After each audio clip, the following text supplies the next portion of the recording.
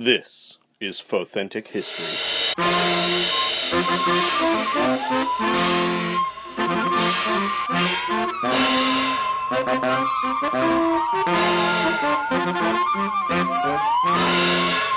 Hello and welcome to the show. My name is Brian Young. And I'm Holly Fry.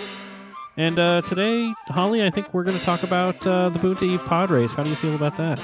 I feel very good about it. It's a sport I am a big fan of. I wish I had lived during the time when I could have gone and witnessed them. Yeah. So, as I said, we'll be talking about the Boonta Eve Classic, which was a pod race held annually on Tatooine. It was the largest pod race held on the desert planet each year, and it was held to commemorate the Boonta Eve holiday. The Boonta Eve holiday was sacred to the Hutts as it marked the anniversary of the deification of the Hutt Boonta Hestilik Shadru. And we're going to talk today about one specific Boonta Eve pod race. And this one was a footnote in a previous episode that we did on the Battle of Naboo. But to start, we'll talk about pod racing itself. It was a very popular, but also very dangerous sporting event held in various places across the galaxy. This wasn't just something that happened on Tatooine.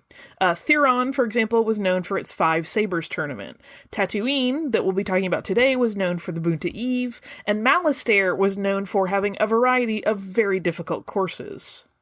So you're asking yourself, what is pod racing? Well, pod racing is a very simple racing game where racers do laps over a predetermined course, and the first one across the finish line would win.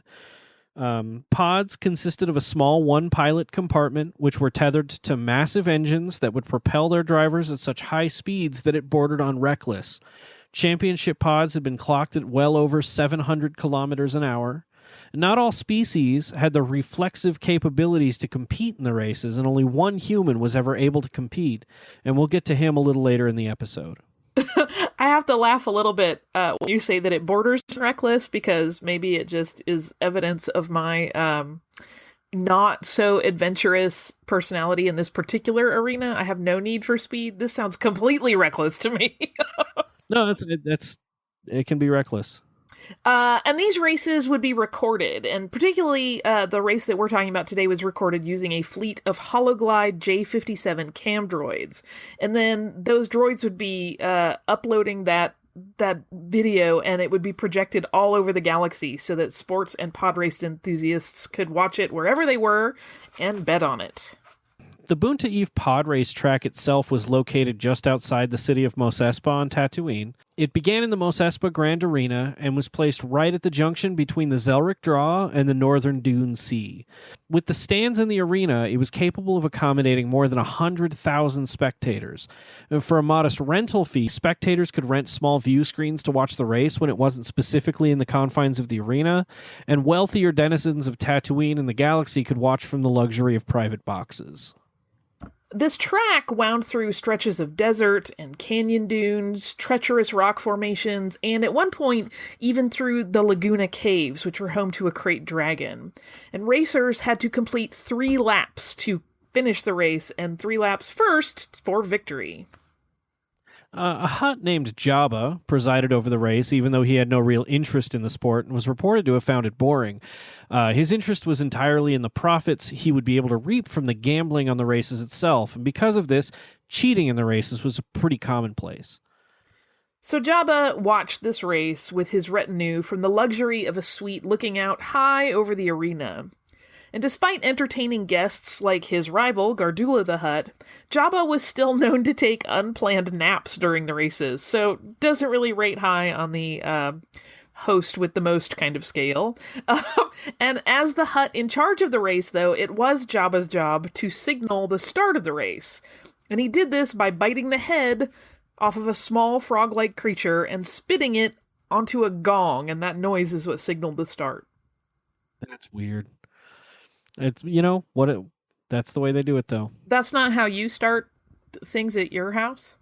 That's how I start everything. So I'm like, okay, let's make breakfast. Race. Exactly. Before that could happen, though, a flag ceremony had to be held, and each racer was announced to the crowd by the race announcer. And this particular Boonta Eve pod race was announced by a 2-headed Troig by the name of Fodzenbeed Anodu. Fode and Bede, as they were known, called out the race both in Galactic Basic and Huttese, each head taking a different language. So Fode and Bede made these announcements while the racers were getting their pods situated on the starting line. And once that setup was complete, the flag ceremony began.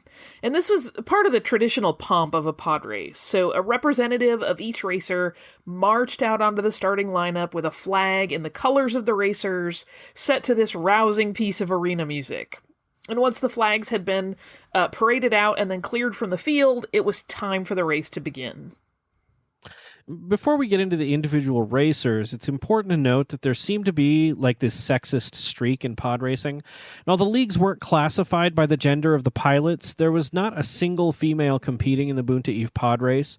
Surely females of 100 species were capable of piloting pods, but none seemed able to compete on this particular Boonta Eve. There were 18 racers who competed in the Boonta Eve pod race that year, but not all of them have biographies that were really easily accessible. I think it's worth noting that this is, while it was a galactic thing, it was run by, the underworld, in effect. It was run by Hutts, and these guys were not exactly out there, publishing their bios. So we're going to cover the major highlights, though, starting with the idol of many young pod racer enthusiasts, Ben Quadraneros. Though decades after the Boonta Eve pod race, you could find posters of Ben Quadraneros and his racer in the bedrooms of young racing fans across the galaxy. At the time of the Boonta Eve pod race, Quadraneros had little experience pod racing. In fact, reports after the fact state that Quadraneros was actually terrified through the entirety of the race. Hailing from the Tund system, the pudgy Toon raced with a BT 310 quad racer, which, in theory, would have given him twice the speed advantage over the other racers. Unfortunately, Ben never made it past the starting line. While most of the other racers were heading into the second lap, the power couplings on his engines failed completely, causing them to break loose from the bindings that connected his pod and spiral out of control. Eventually, he became a star. A promotional poster boasting of a match between Quadraneros and Sebulba during the Clone Wars boasted they were both, quote, the sport's greatest rivalry. We'll sell you the whole seat, the poster continued, but you'll only need the edge. And next up, we are going to talk about Mahonic, who was a Gran from the planet Hawk, and he piloted a green double-engined pod racer maintained by a pit crew of Gran mechanics. So for those who don't recognize the name of this species, Gran are the three-eyed aliens with pronounced snouts and thick hands that look as though they're gloved. And their skin is usually earthy colors ranging from tan to brown. So having three eyes to help take information in would certainly be an advantage in a pod race as competitive as the Boonta Eve Classic. Though he was surly and often shouted obscenities and raised a menacing fist at other racers, Mahonic was a capable racer, and the bookmakers were convinced he was some of the only solid competition for Sebulba. And that looked to bear out as fact as the race began. Sebulba took an early lead, but Mahonic kept up with him neck and neck. The Gran positioned himself between a rock wall and Sebulba's much larger racer, and that proved to be his undoing. Sebulba was able to repeatedly edge his pod engines into Mahonic's, and since the Dug's engines were much larger than Mahonic's, it wasn't long before something gave. Yeah, unfortunately, Mahonic crashed into that rock wall, and shortly into that first lap, his race was completely over. Now, the next racer we're going to talk about is Rats Terrell. Rats Terrell was an Alina and a noted family man. Alina, known for their diminutive stature and lizard-like traits, came from the planet Aline. Their skin ranged in shades of blue, and their heads have fins curved backwards, and they have wide eyes and mouths full of sharp teeth. And Terrell was an accomplished pod racer and was considered perhaps the most famous Aline on his home planet, and perhaps even the entire galaxy. His pit crew were fellow natives of Aline, and he traveled to races with his wife and children, who watched every race expectantly. Terrell began this particular race on the front row, right next to Sebulba, who was on the inside pole position. And during the announcements, Fode and Bede even mentioned his newborn baby when they announced Terrell. Deep in the first lap inside the Laguna Caves, Terrell had found himself in the middle of the pack, despite his front row advantage. Distracted, his accelerator jammed, and he raced headlong toward a formation of stalactites. raising his hands and screaming, he crashed in a fiery explosion, making him the first contestant killed in the race. And after the race, his family was seen mourning along with the rest of all the people of Aline. And next we're going to move on to Odie Mandrell, who was an Urkit from Tatooine, whose claim to fame in pod racing was his record-setting pit crew. 3 pit droids served on this record-setting team, though they didn't always get along terribly well. More often than not, they acted more like a trio of stooges, but they got their job done, which is the most important thing. Urkits were blue-hued humanoids with long legs and elongated skulls. Odie Mandrell got swept up into pod racing because of its popularity on Tatooine and decided to try his hand at it. He wasn't particularly a great racer, but his pit crew kept him in business. His pod was a massive affair. The engines were inordinately large and painted red, and because of their size, their intakes were dangerous, and that was the reason Mandrell was unable to finish the race. At the start of the second lap, he actually pulled in for a pit stop, and as he was giving his droids their marching orders, the intake of his left engine sucked one of his crew members right through. And although that droid survived the ordeal, getting shot out of the other side of the idling engine, the engine itself was destroyed, putting Mandrell out of the race. And that's sort of all there is for Odie Mandrell. And we'll move on now to Mars Guo. Mars Guo was a male Bardottan from planet Fu. As a Bardottan, he had a green skin, orange eyes, a pointed snout, and an easily recognizable roar. According to the announcers Fode and Bede, the Boonta Eve Classic was Mars Guo's first big-time race. He drove an impressively large set of engines, colored green, with spike-like protrusions in a starburst pattern around the intakes.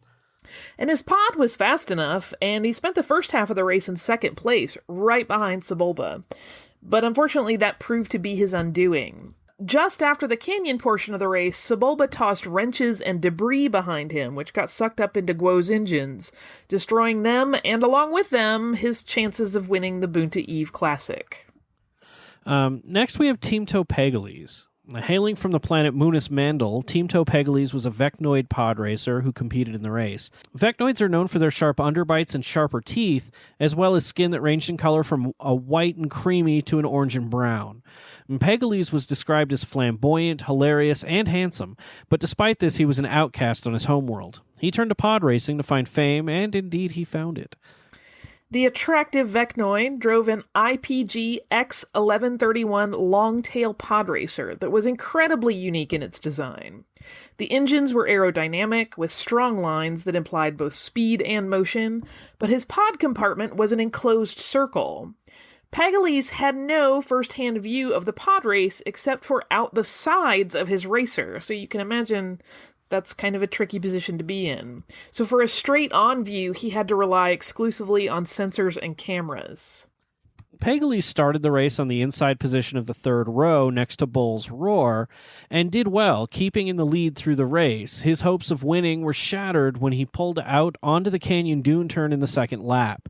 Tusken Raiders, a frequent menace to all the denizens of Tatooine, but certainly the pod racers, had camped out there to fire upon the racers with their slug-throwing rifles. A lucky hit smashed through Teemto's right engine, causing his pod to spin out of control. And even though that crash looked horrible, it looked to everyone who saw it, across the galaxy as it was being broadcast like it would be fatal, Pegalis survived, and despite the presence of Tuskens firing in the area, crews were fortunately able to get his damaged pod racer to safety. Well, and him. Yeah.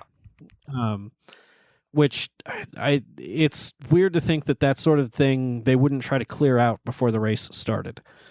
But I guess that's the danger of the race, right? That's probably part of the appeal for spectators as well. Yeah. So next we have Clegg Holdfast. And Clegg Holdfast was a Nosarian from the new Plimto system. Nosarians had orange and white skin and horns protruding from their heads.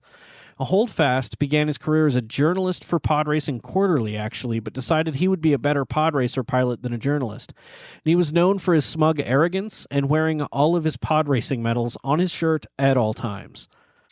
Seems like it would get heavy and uncomfortable, but... Well, he didn't win many races. I guess. You do you, Clegg Holdfast. Uh, Holdfast drove a Voltec KT-9 Wasp racer, known for its immense twin-turbine engines. And Holdfast's was detailed in red paint, and it could be easily identified throughout the race. It was very eye-catching. He was unfortunately unable to add another medal to his chest, as at the end of the second lap, Sebulba flamed him with his flash vents, causing his engines to explode. And his pod was destroyed, and that was the end for the former journalist. Then we have Bull's Roar. Bull's Roar was a favorite to win the Boonta Eve Podrace, as he'd won 2 previously. Roar was a Sneevil from the Sneeve system, and they were a furred porcine-like species with pig-like snouts and tusks. He had gray skin and fur and yellow eyes. And Roar drove a green-colored pod with these bulbous engines that looked a little bit reminiscent of rocket ships. He was a really consistent racer, and he was able to manage to stay in the middle of the pack throughout the whole race. He ended up finishing, but he came in 6th place. And that brings us to Dud Bolt. Dud Bolt was a Volptarine from the Volptar system, and was easily recognized by his dark blue skin, shovel-shaped snout, and protruding whisker tusks. He drove an impressive pod that Foden Bede had dubbed the Volptarine 327. His pod was red, but his engines were a metal gray color and had aerodynamic and squared intakes, which made it look a lot different than most of the other pods. Bolt started the race in the second row, but he fell behind the leaders, although he did end up finishing the race. His career actually continued for many years after this particular Boonta Eve Classic, and the Volptarine 327 only grew both in stature and in legend. So that brings us to Gasgano. Gasgano was a spindly four-armed Zexto from planet Troikan and was known as a competitive, thrill-seeking being. Zextos were known for their incredible dexterity. Their long, slender fingers, arms, and necks, combined with their short stature, made them incredibly fast and nimble. And their skin was colored pale, their mouths were thin slits, and their eyes were saucers colored usually black or red. The Zexto Podracer pilot drove a green Ord Pedrovia Podracer. And Ord Pedrovias were known for having a lot of bells and whistles, and Gasgano's was absolutely no exception. It featured a rear-facing camera system that allowed him to keep tabs on what was happening behind him, which is a pretty cool feature. And he was able to make maneuvers to force difficulties on the pods coming up behind him and trying to pass him, so that actually was a pretty strategic accessory to have on his pod. Through the race, he made up the tail of the leaders. Anakin Skywalker was able to pass him over the cliff drop in the second lap, and he struggled to keep up further beyond that. He ended up placing second after the confrontation between the two leading pod racers, Sebulba and Anakin Skywalker. And that brings us to Sebulba. We've referenced him several times, and probably anyone who's listening who is a fan of pod racing history knows about him. But he really was quite a prolific and important figure in pod racing. And he was a Dug from Malastare, and he was one of the most successful pod racers in the Outer Rim. Dugs were a really interesting species in that their hands were on their legs, if you kind of anthropomorphized it like a human, and their feet were on their arms. So it's kind of a fascinating physiology. And Sebulba was frankly a bully, and a particularly vicious member of the species, known for picking fights, both on and off the track, and for stopping at nothing to sabotage other competitors, either before the race or during the race. We mentioned earlier that he flashed his vents at people. Not a good dude. Or he was throwing debris at them, or... Yeah. I mean, he was probably the reason half of the pod racers that lost their lives in the race did. The Dug left his home planet to pursue pod racing and found his fortune in the field. He owned a pair of Twi'lek slaves, the sisters Anne and Tangela, who he employed as masseurs. Sebulba was the favorite to win the race from the beginning, owing to his reputation of dirty tricks and his starting spot at the inside pole position. Sebulba drove an orange pod racer with these split X-style engines that made this sound of like a thrumming vibro saw at a much larger and louder scale. The sounds of his engines were so iconic that fellow racers knew when Sebulba was behind them. They could just hear him. And he had many tricks at his disposal with the pod, including a flamethrower that was disguised neatly in his left engine. His racing sled sat high above the engines, and Sebulba did not hesitate to use that position to his advantage. Sebulba maintained a strong lead from the very start of the race and literally destroyed any pod racer who dared to come too close. His lead continued through the second lap, but on the third he was passed by Anakin Skywalker. At that point, Anakin Skywalker's engine succumbed to some sabotage of Sebulba's from before the race, and the young boy was forced to hang back and put out the fire in his engines, allowing Sebulba to retake the lead until the home stretch. And this was even after Sebulba had run him off to the service ramp, which Skywalker had sort of dealt with that admirably, and that still wasn't enough to knock him out of the race. And beyond all reason, Skywalker managed to catch up again, and his pod and Sebulba's pod became intertwined at the very end of the race. It could have forced a tie, but only one ended up coming out victorious in the Boonta Eve Classic. Which brings us to Anakin Skywalker, the other racer in this, nearing this tie as we come close to the finish of the race. Although Anakin Skywalker went on to do bigger things in the galaxy, at the time of the Boonta Eve Podrace, he was a 9-year-old slave on Tatooine who was forced into racing by his owner, a Toydarian junk dealer named Watto. Anakin was not the favorite to win the race for a few reasons. First, he'd never actually finished a race prior to this Boonta Eve. And in the previous competition, the Dug racer Sebulba and the favorite to win Boonta Eve had flashed the boy's racer with his vents. Second, his extreme youth was a seeming obstacle. Anakin was able to save his pod for the most part in that last race where he had been flashed by Sebulba's vents, but he wasn't able to fix that pod in time for the Boonta Eve Classic, which made his appearance in this race a very last-minute situation. And part of the reason that he wasn't able to fix Watto's pod, which Watto had owned that pod that he had been driving, was that he was secretly working on his own pod racer with spare parts that he cobbled together in his owner's junk shop. The pod Anakin flew on Boonta Eve was a very small pod in comparison to the other racers and had a very streamlined design. The pod was painted silver and blue, and the engines had large yellow foils extending beyond the engine. The engines were connected with purple energy binders. Since Skywalker was so adept at effecting repairs while he flew, his pit crew was largely ceremonial. It consisted of his friends Kitster and Wald, a protocol droid of his own construction, and a borrowed R2 unit, which was the only one that was actually capable of helping in repair duties should they have been necessary. And Skywalker is really notable in pod racing because he was the only human who competed in the races. Humans just did not have the reflexes that were necessary to compete. The speeds involved in pod racing, which happened at low altitudes, which meant that there were all kinds of obstacles that would be part of the course. Yeah, it wasn't like clear sailing through the skies. No, they really just did not afford humans a chance to compete. There was no one that had reflexes that were fast enough. With the exception of Skywalker, who managed to break this mold only because he was actually incredibly force sensitive. At the start of the race, his engines stalled, forcing many to wonder if he'd be able to catch up. So great was the lead of the rest of the pack, but Skywalker persevered in his incredibly nimble pod.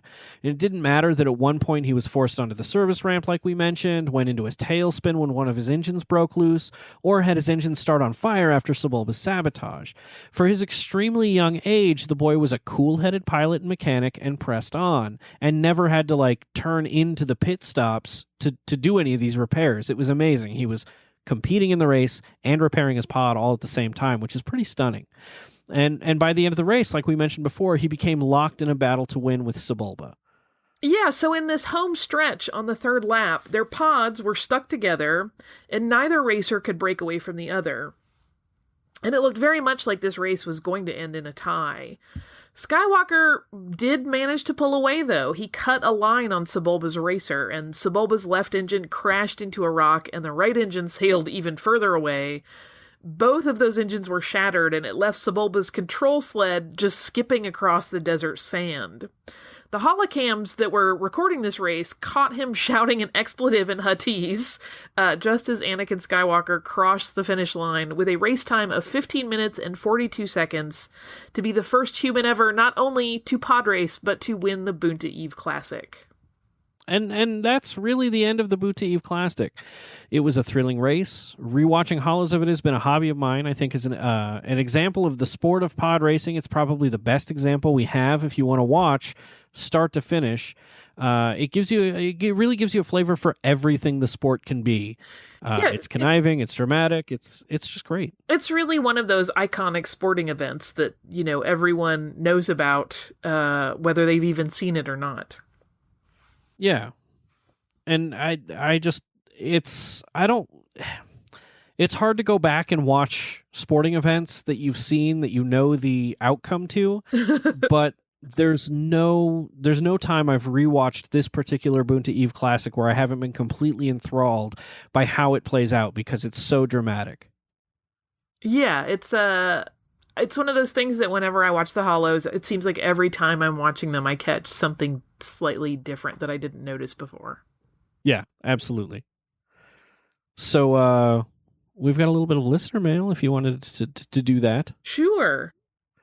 So we had Mark from London email us and thank us for the show.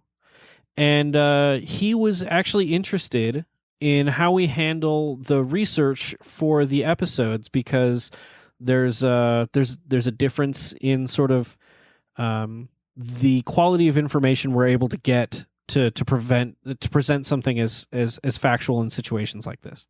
Right. When we're talking about the Galactic Republic and the Galactic Empire, like those were times that there was an awful lot going on and there were a lot of different scribes recording history, and it's not always clear how much of it is mythical versus how much of it is verifiable. So we have like the verified ones that we consider primary sources, and that's always our first choice when we're doing research.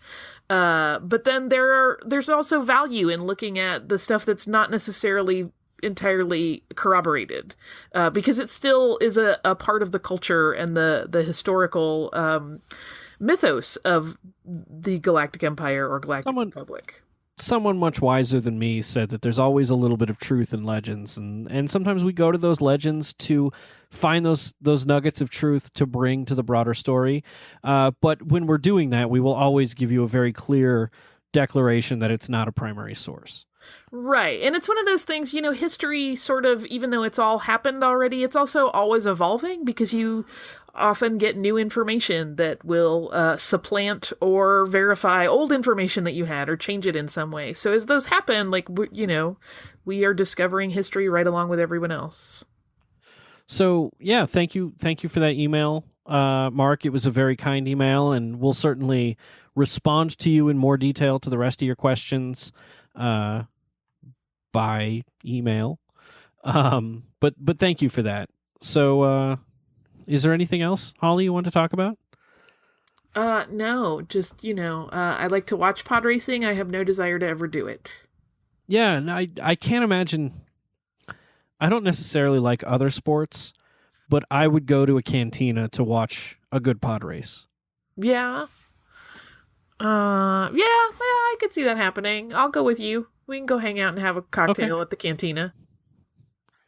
You can bring your Rhodian buddies. Of course, always. So, where can people find you, Holly? I am on Twitter as Surliest Girl because I'm so crabby. Okay. And you can find me. You can find me on Twitter at Swankmatron, and that'll give you a beat on everything you can find of mine, and I can keep you updated that way. If you'd like to send us an email or check out previous episodes of the show, you can go to fauthentichistory.com. We have a complete catalog of our episodes to date, and that's where you'll find new episodes, and there is a contact form. So if you click that contact button, you can send us an email, and we'd be happy to respond either offline if it's appropriate or on the show if we can figure out a way to do it. And then you can find us on Twitter at Fauthentics and Facebook at facebook.com/Fauthentic And please leave us a review on iTunes, Stitcher, wherever else that you download your podcasts. I think that covers it, right, Holly? Seems like it. Okay. Well, until next time.